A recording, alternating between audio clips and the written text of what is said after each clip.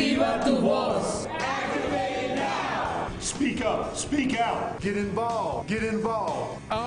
Welcome to Activate Live. I'm Tanya Hutchins with the Machinists Union. We're union and we're proud.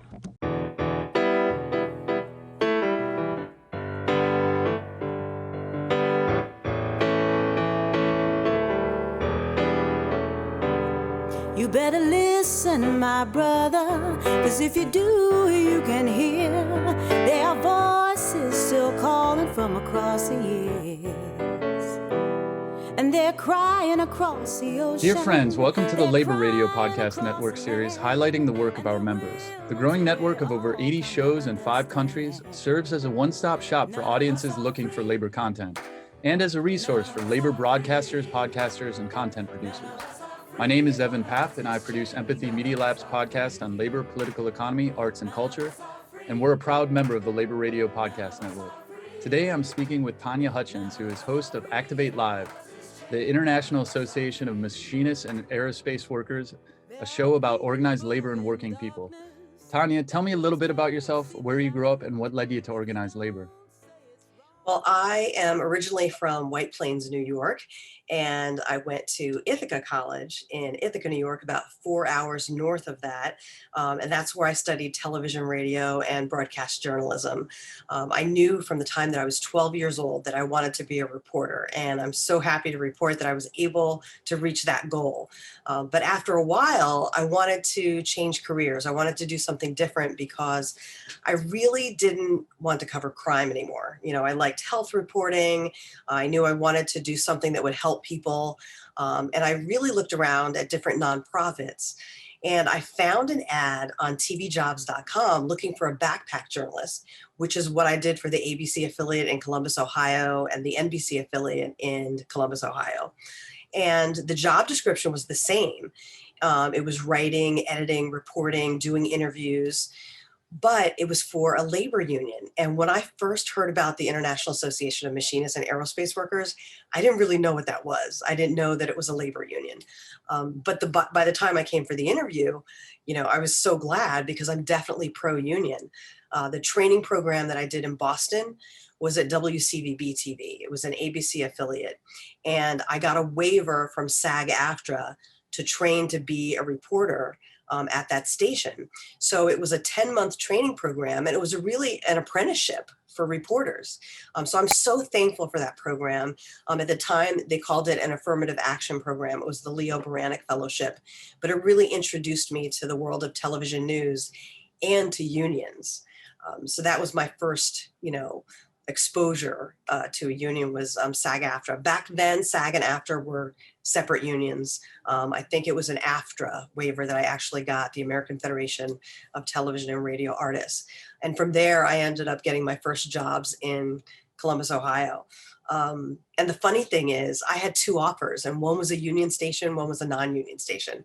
So the station in Erie, Pennsylvania was union. I think it was WICU. And in 1990, they offered me something like 21.5 at that year. The non-union station where I ended up going was Columbus, Ohio. And I went there because it was a larger market. It was the 32nd largest market in the country at the time. But it was non-union. And the only difference in salary at that time was $500. So I think, WSYX in Columbus offered me $22,000. So I stayed there 9.5 years. And the funny thing is, it's not funny now, is my exposure to unions there was only one other union station, NBC4, which I ended up going across town to work for later on. But that station didn't cover my new position as a digital journalist at the time. And the only time that I feel like news organizations really cover unions is when there's a strike, and that's awful. They don't really cover the good times that we have, the good contracts, and that's something that I think that we need to change. But, I had a great time in Columbus, Ohio. One of the stories that I tell people is that when I got to NBC4, the union station, all of the photographers were union, the reporters were SAG-AFTRA, but, somehow by the time I got there, the shop became an open shop at NBC4. And I had a new position. It was called a digital journalist, which is basically a backpack journalist. And my position wasn't covered. So I got that contract. I'm thinking, okay, where's the SAG-AFTRA contract? Yeah. And they said, it's not covered. So I tried the 2.5 to 3 years I was there to try and get that position covered. I was not successful. I tried, with IBEW and with SAG-AFTRA. And there's something that came up, in terms of working conditions. And they started having us, we were furloughed. So every 6 weeks, they said that we had to work 10 days in a row, 4 days off. The reporters were going through that. And that was tiring. We were exhausted. It was awful. And I went up to the schedule to look at it and I counted the weeks. And it turns out they were doing it every 5 weeks, not every 6 weeks, like they said. But the photographers didn't have to go through that because they were IBEW and it wasn't in their contract.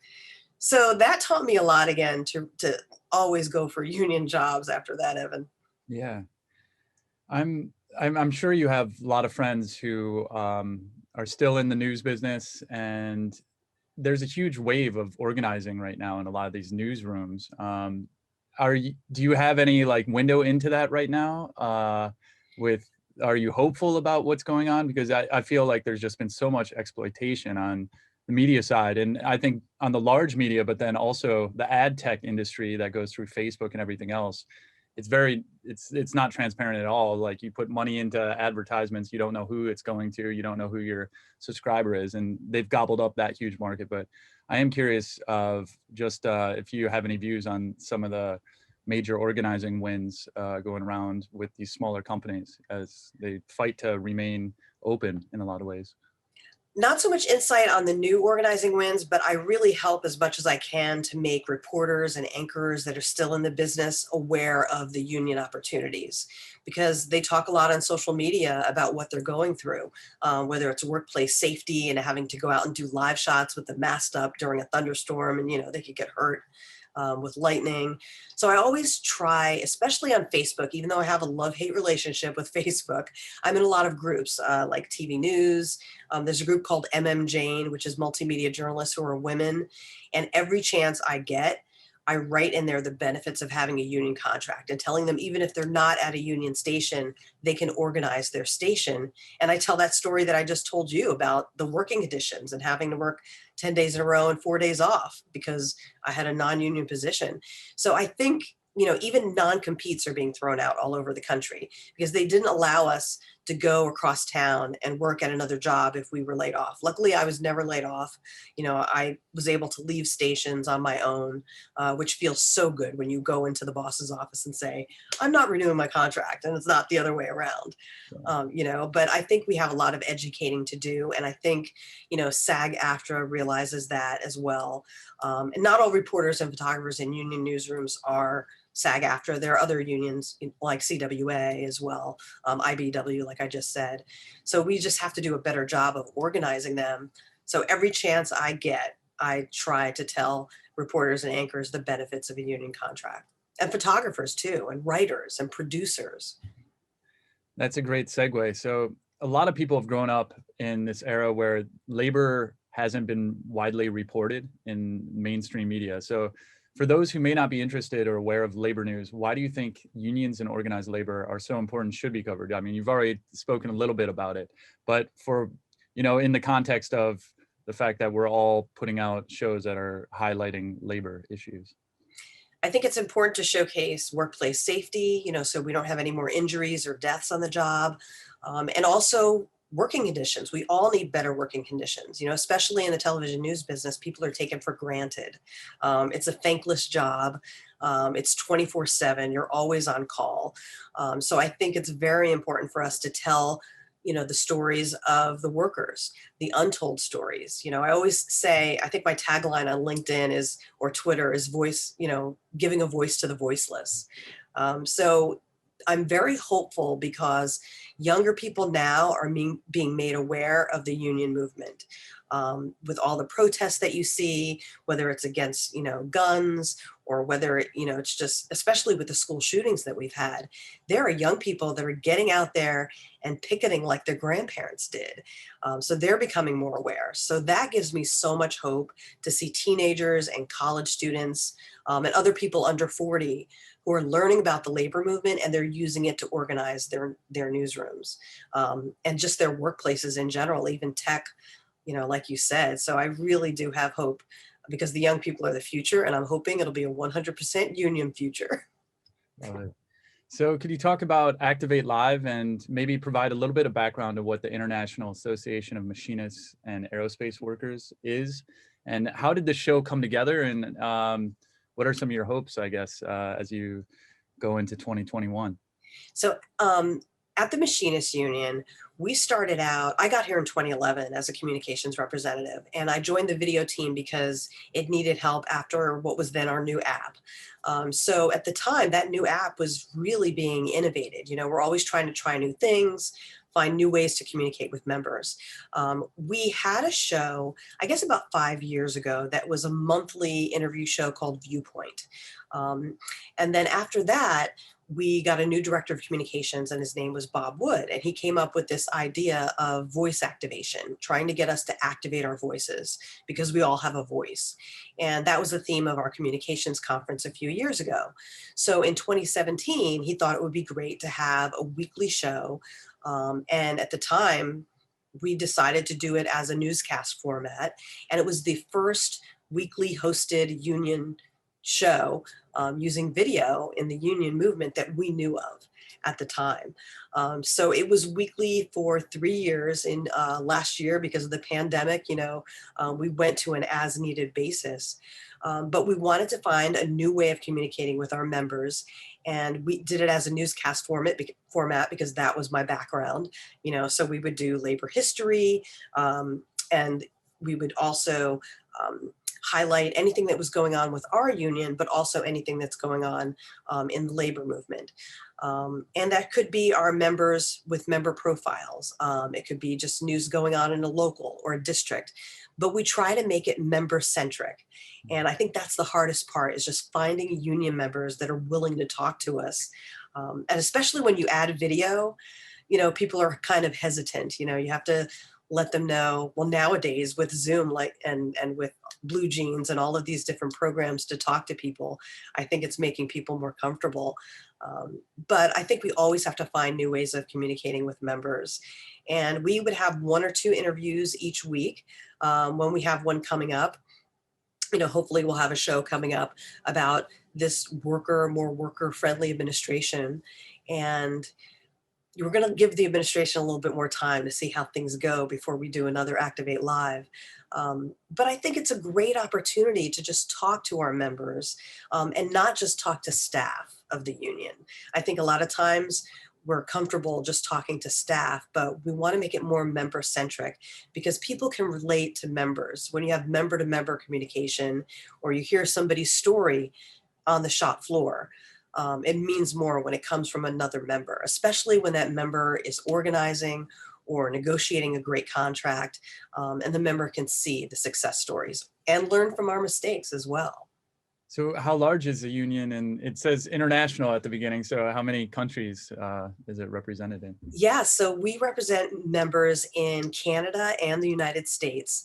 And we are largely a transportation union. We like to say we keep, workers moving, we keep America moving. So we have so many different sectors. We were founded as a railroad union in 1888 in Atlanta, Georgia.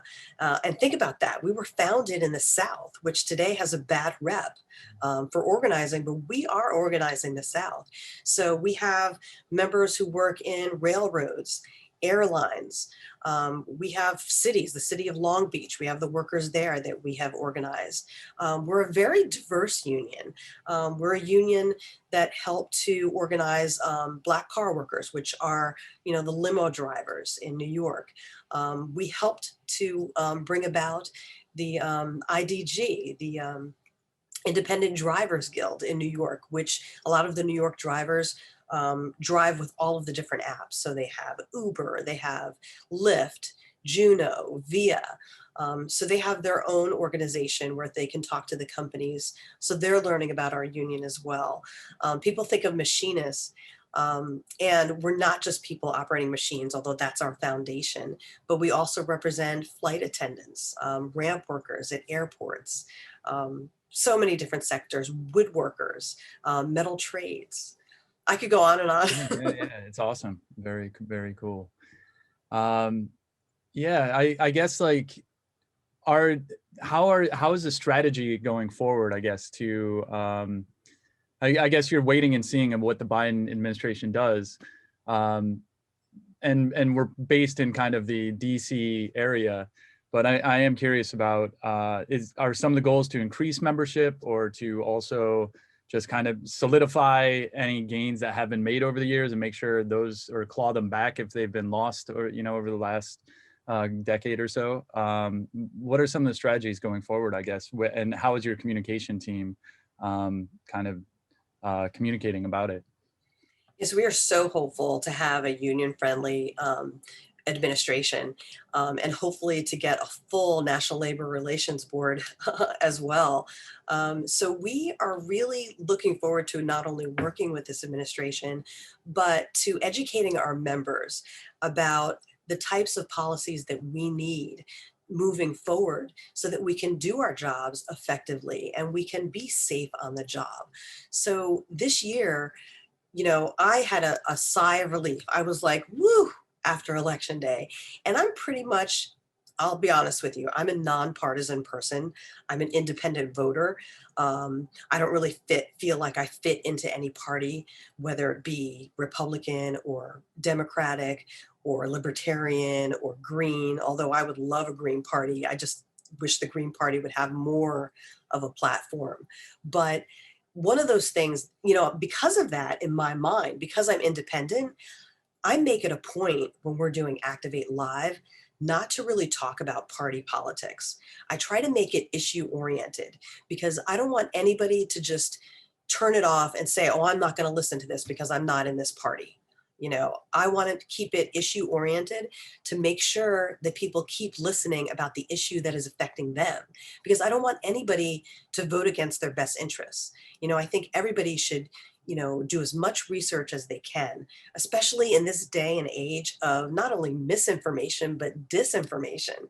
If you don't know you're passing on something that's incorrect, okay, that's misinformation. But if you know something is incorrect and you're posting it to social media or even hosting a show and putting it out there, that's disinformation. So I think one of the things that our communications department is trying to do is just to make things, put it in a simple way that our members understand about what policies we need to thrive as not just union members, but to thrive as workers, to follow, whether it's the American dream or the Canadian dream. We want all of our workers in North America to thrive, and we want all the workers in the world to thrive. We're also a member of Industrial, which is a global union. So we keep in touch with other unions around the world because, I feel like I'm so lucky to live in this country, in the United States of America, because we have so many freedoms. But around the world, there are so many workers that don't have those freedoms, that can be thrown in jail just for saying something against their administration or their government, let alone say something about their boss at work. So I feel very thankful to live in this country and very thankful to have this opportunity to try to help give a voice to the voiceless so that we can all thrive and find, what we have in common. So as a member of the Labor Radio Podcast Network, how did you hear about it? And what was kind of the process of joining it? And why do you think this network is important? So I found out about the Labor Radio Podcast Network through Chris Garlock. He sent me an email to tell me about it. And when I went to the website, I was amazed that there were so many members. So that I even got one of our members in Alabama to join as well, the Valley Labor Report. So I think it's a wonderful way for all of us to come together. I think we should have done this years ago. So it's a great opportunity. And I think anybody that wants more information should just go to the website, take a look at all of the shows that are listed there. There's something for everyone. And the great thing about the internet, in this internet age, is that, we can listen to a show in Alabama and see what's going on with workers there, or listen to a show out west. So I hope it grows. I promote it every chance I get for people that have podcasts or want to start a podcast, because the network really gives good advice as well. Even with the weekly meetings that we have, to try to help different hosts with ideas and things that work, different tricks and tips. So I would recommend to anyone who's interested in radio, podcasting, even video like us at the Machinists Union to join. So in closing, looking into the future of organized labor, where do you see opportunity and hope? Young people, definitely. I don't think they learn about workplace safety, about unions as much as they should in high school and in college. I'm on the alumni board at Ithaca College, where I went to school, which has a great communications program and journalism program. And the great thing about Ithaca is right across the hill, Ithaca College is on South Hill, and on East Hill is Cornell University. So Cornell has a labor school still, which is unheard of these days. I mean, they're closing. So I think we really need to save these labor colleges to try to educate young people, because even business students, they shouldn't just learn about human resources, because I feel like the human resources department is there for the company. It's not there for the worker. So I think we need to teach both sides, level the playing field, and let young people know about unions, teach them even in high school, because teenagers are working as well. They're entering the workforce. I started working when I was 14 years old. And I had summer jobs or after school jobs. So that's when we need to start educating them. But I'm very hopeful with young people entering the workforce. They're getting educated as well, and they're the ones that are moving into these positions. So hopefully they will look for union jobs, demand union jobs, organize their workplaces, move up through the union and go to their local, union meetings and spread the word as much as they can.